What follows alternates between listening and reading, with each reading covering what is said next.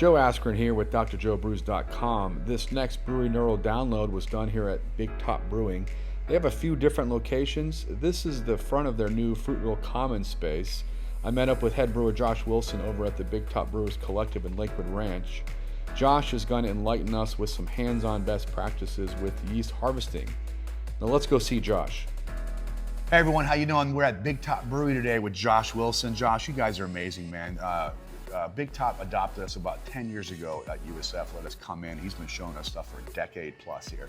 So Josh, what are you gonna show us today? So we'll do some best practices on collecting yeast. Fantastic, man. So let's get into it, man. Thanks so much. Thanks for your time. I know you're busy. All right, we're gonna head in.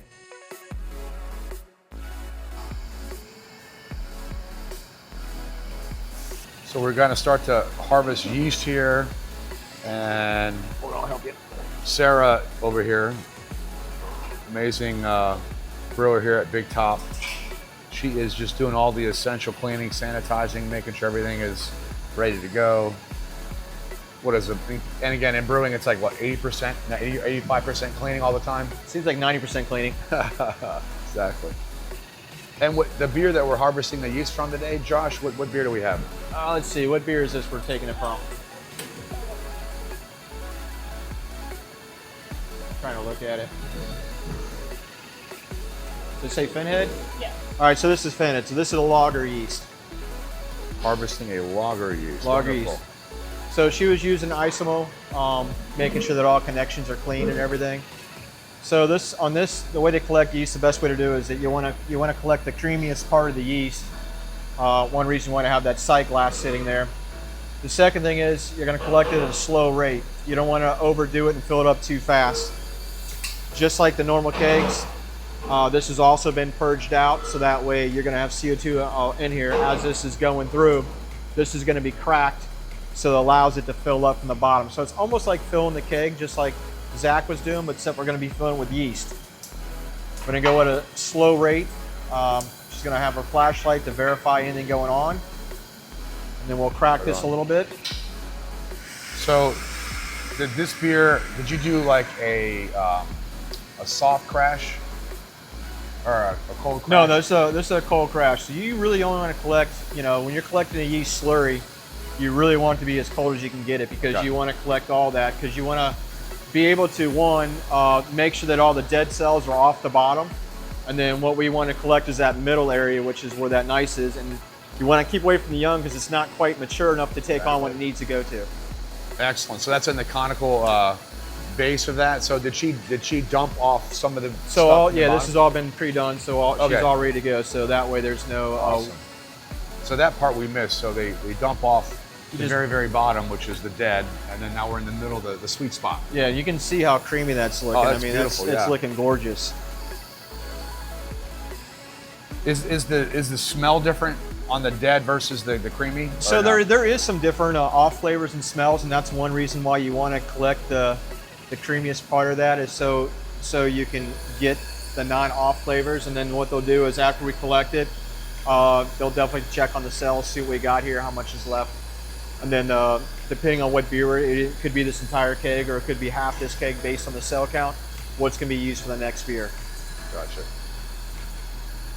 And it's pretty much just what she's doing. It's just touching, looking, censoring. You can see the CO2. You can also see some of the coldness of the yeast going through. What is she looking for here? Sarah, what are you looking for here? Looking for the level. Make sure. Trying to find the level of where it's at. Gotcha. So you can see right through there, right on. Yeah, you can see the CO2 coming off of there. Wow.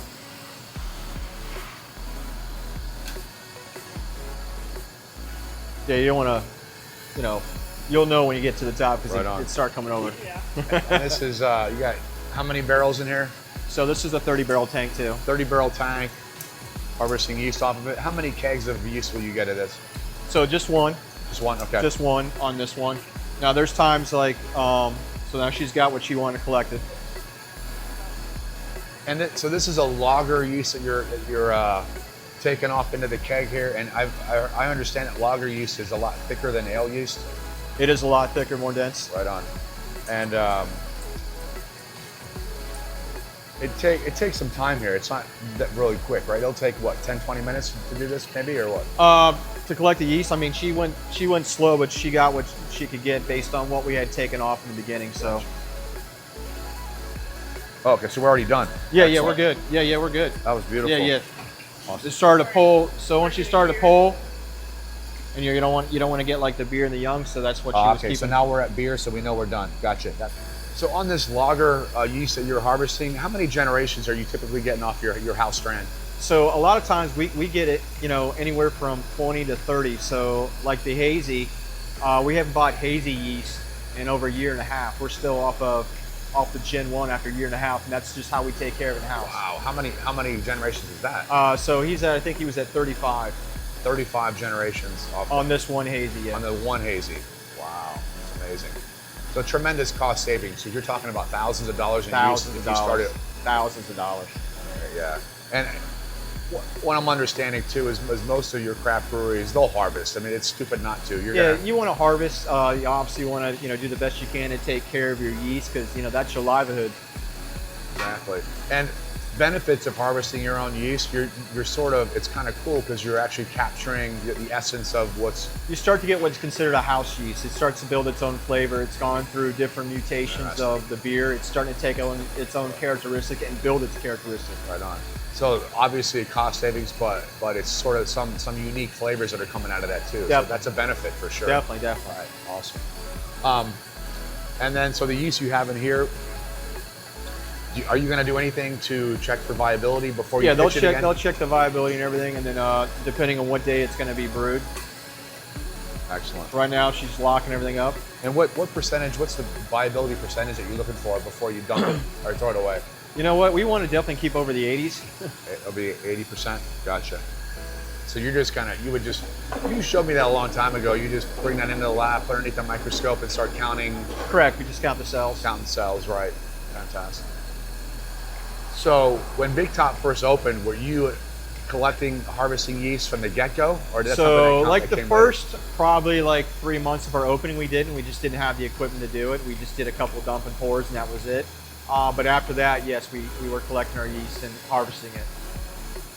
Are there anything to look out for, best practices as far as what to look out for during this process, or when you're going to pitch it again, besides checking for viability? A lot of it's going to be its viability, but you can also, way we do ours, we check for viability, and we also kind of make sure that we use a third-party company also when we're checking it, so that way we can make sure that we have no disease to the yeast itself. So we do use a third-party company on the scope with us, so they can actually look at what we're looking at. I didn't know that. Do a lot of craft breweries do that? There's quite a few that do, yeah. Right on.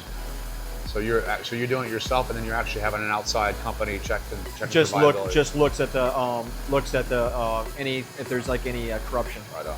Because the worst thing that could happen is you have a new beer being made, and then you pitch something that's like 40% viability, and it's not going to be good. Well, you wouldn't want to do that if it was 40. That's what I'm saying. Yeah, we wouldn't do it. Even at a 95 viability is awesome, but there still could be something in the yeast that you don't see, so something could happen. So by just having a third party check on the actual yeast itself to make sure there's no bacteria or anything is the best thing to do, so it's not corrupted. So what you're telling me is it's more than just the viability you're looking for. You're checking for other like we're looking to see straight if there's anything bad extra bacteria that could that's be in there. there. Correct. Excellent, right? Yeah. Because otherwise you'll just be wasting money on a new brew, that recipe that you're making, based on what's in the yeast that might or might not be good. Right. Excellent, man. This is great, Josh. Appreciate it, man. All right, man. Thanks so much to Josh and Sarah. I encourage you to visit Big Top at any one of their locations. You won't be disappointed. As you watched in the video, using proper technique and understanding the science not only makes good beer, but also makes good business sense too. See you next time. Go Bulls.